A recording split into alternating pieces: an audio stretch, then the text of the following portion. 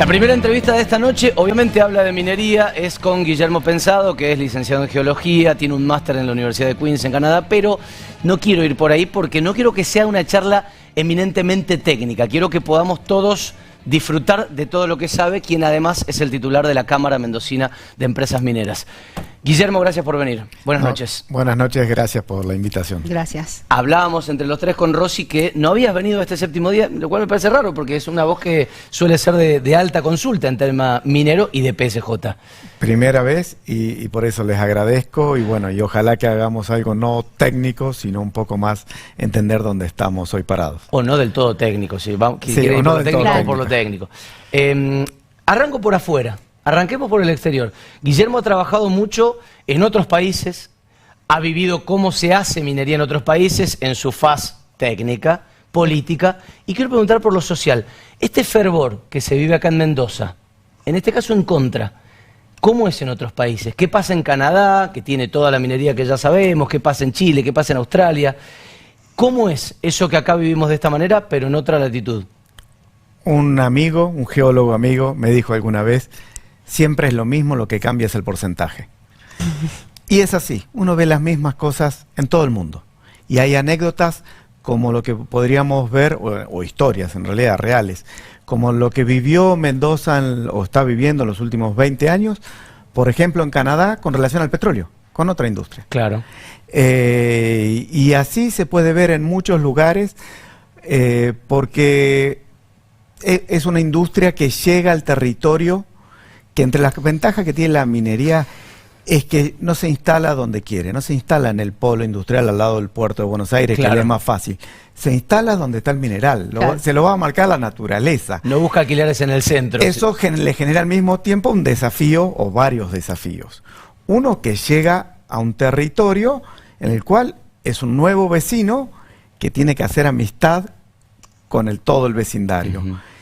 Pero también que muchas veces llega a lugares o a territorios donde ni siquiera hay infraestructura. Claro, que son inhóspitos. Que son inhóspitos y tiene que llegar a trabajar y desarrollar algo en un sector donde quizás nunca se lo había planteado. Entonces hay como un balance ahí entre que llega la industria. Es muy democrática en llevar la industria a regiones del país o lugares donde normalmente no se llega a la industria. Al mismo tiempo, por ser industria, y normalmente esos lugares son agrícolas o ganaderos, claro, se genera ese intercambio, claro, entre sectores económicos, como todo nuevo vecino. Hay una pica que garantizada. Lleva un tiempo hasta que se entienden y se generan las sinergias, y eso sucede en todo el mundo. Bueno, pero y Mendoza no es la excepción, ¿no? Hubo mucha discusión sobre si la minería podía convivir con la vitivinicultura, si iba a usar más agua que la vitivinicultura o si iba a dejar sin agua a otras industrias. Pero antes de salir al aire, Guillermo me confesaba algo que como geólogo me pareció un dato interesante, que como geólogo su primer trabajo en 1995, me decía, había sido en la exploración de San Jorge. Era muy chiquito en esa época. Claro. Sí. Sí. En el año 95, enero del 95, llegó mi primer trabajo en minería. Vengo a Mendoza, lo cual es todo un dato porque era la capital de la exploración en el país. Sí. Y el primer proyecto que me llevan es San Jorge. Ahora, yo te quería preguntar, ¿qué cambió de esa Mendoza y digamos, por qué crees que se demoró tanto en llegar a este estadio de explotación como para poder avanzar con el primer proyecto de explotación? Digo, nos llevó muchos años, 30 años. Desde ese 95, bueno, 30. Eso no es solo Mendoza, debería decir, ¿no? Porque cuando yo fui en el 95 ya San Jorge tenía 30 años de historia. O sea, San Jorge tiene 60 años de historia. Sí. Y eso es algo que sucedió en todo el país. Y todavía nos pasa, todavía somos un país desde el punto de vista de la exploración geológica que brinda una oportunidad al mundo por estar subexplorado. Ahí quiero colar una pregunta. ¿Qué pasa cuando se rompe una barrera como la que parece que se rompió ayer? Y uno dice, bueno, se pasó un Rubicón en el cual ahora tal vez sea más fácil algunas votaciones, algunos proyectos más. Hay que decir que ya venía pasando lo de Malargüe, pero no es lo mismo, ayer lo decía un diputado, un senador, no es lo mismo votar lo que pasa en Malargüe que lo que pasa en Uspallata por algún motivo, ¿no? Entre otras cosas por la licencia social. Exacto. Ayer se rompió una barrera que hará ahora algunas votaciones y algunas definiciones más laxas, menos dramáticas en la provincia de Mendoza.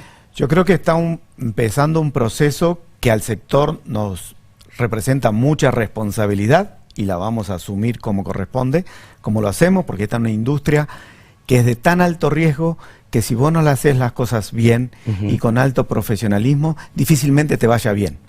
Eso es, cuando vos querés controlar un riesgo o algo que te preocupa, en este caso, descubrir un depósito de cobre es realmente muy difícil. No es algo, cuando alguien dice demora 10, 15 años, es porque encontrar un depósito de cobre no es algo que va y uno lo encuentra. Es un trabajo de profesionales durante muchos años y nosotros entendemos muy bien el largo plazo y las oportunidades. Mendoza nos está brindando una oportunidad con un apoyo bien claro, tanto del sector político como del sector social, que asumimos con gran responsabilidad y que estamos seguros que lo podemos llevar, porque además el mundo en los últimos 20, 30 años de aquella vez que yo vine, cambió mucho. Pero también. Te afino la pregunta. ¿Ha pasado en otras provincias, por ejemplo San Juan, por ejemplo Catamarca, que una vez que se aprueba determinado proyecto que es polémico, controversial, que está frenado, que frena la actividad en general, después de eso es más fácil y se avanza más rápido en otras, como pasa al revés también? Digo, Mendoza en su momento se cerró, Chubut en su momento se cerró. ¿Se da ese fenómeno o no? Yo creo que no, que es constante el desafío. Tenemos que trabajar. ¿Es partido a partido? Sí, partido a partido. Esto es muy dinámico. Y uno lo ve en provincias donde tuvieron minería, grandes depósitos, y ahora no tienen eso y están otra vez trabajando cómo vincular mejor socialmente la minería. O sea, esto es algo que es muy dinámico, que cambia de proyecto a proyecto. Cada proyecto representa en sí mismo un desafío y uno tiene que trabajarlo proyecto a proyecto, tiene que conocer muy bien su territorio.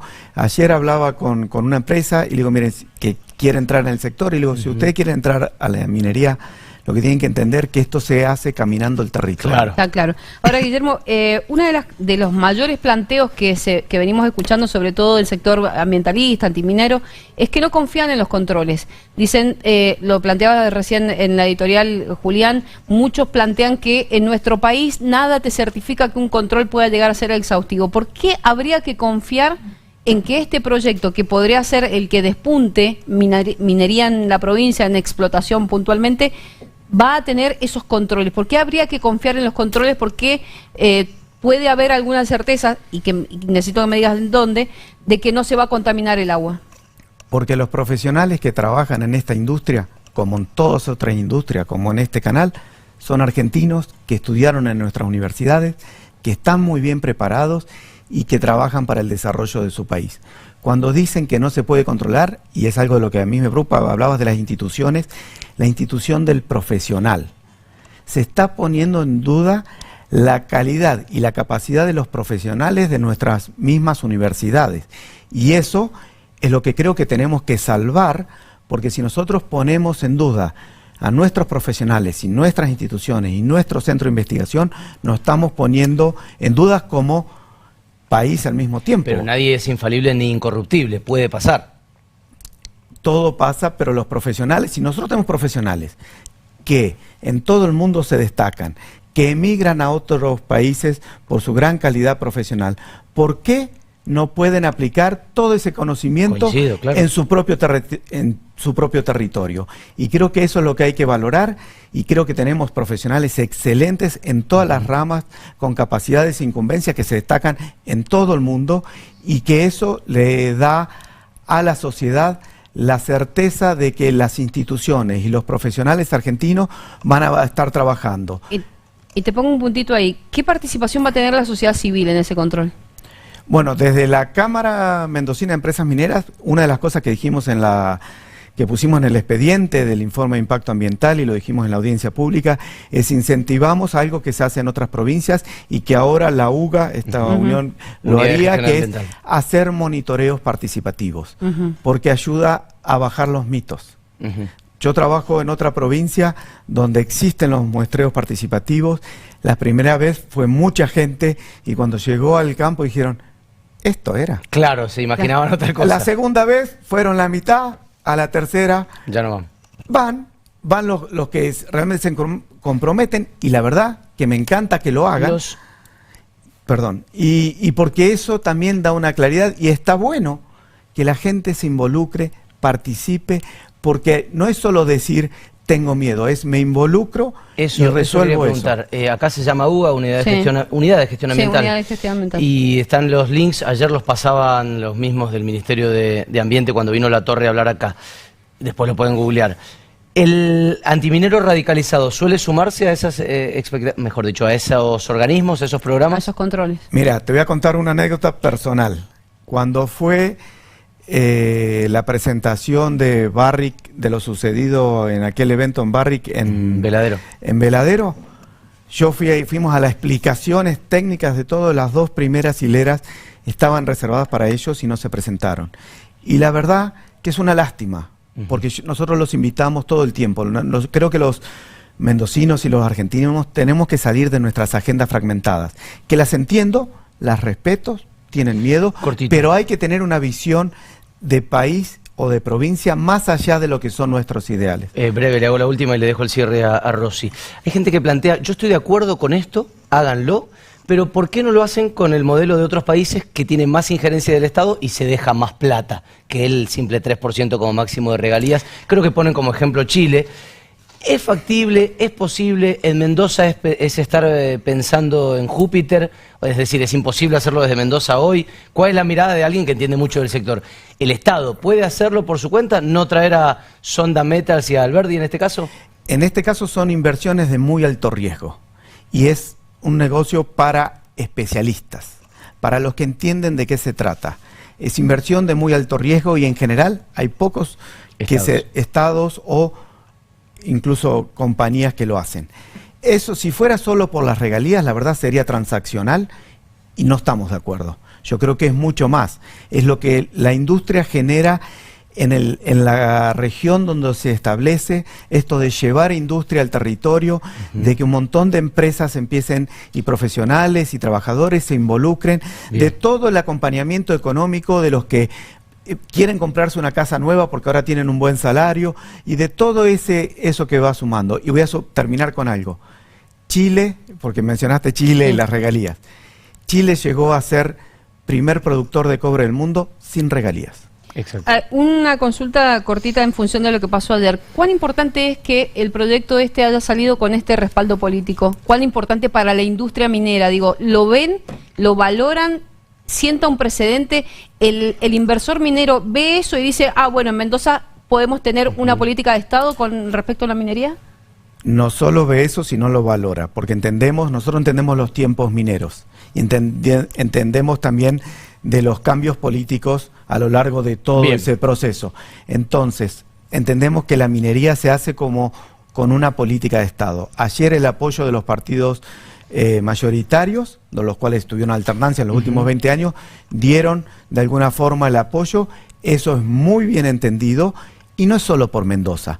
Mendoza, con este ejemplo de madurez política y social, está dando un ejemplo para que lleguen también inversiones a San Juan, a Catamarca, a Salta e incluso en otros sectores económicos. Creo que es muy fuerte lo que ayer los mendocinos logramos entre todos los mendocinos. Muy claro, Guillermo, gracias por venir.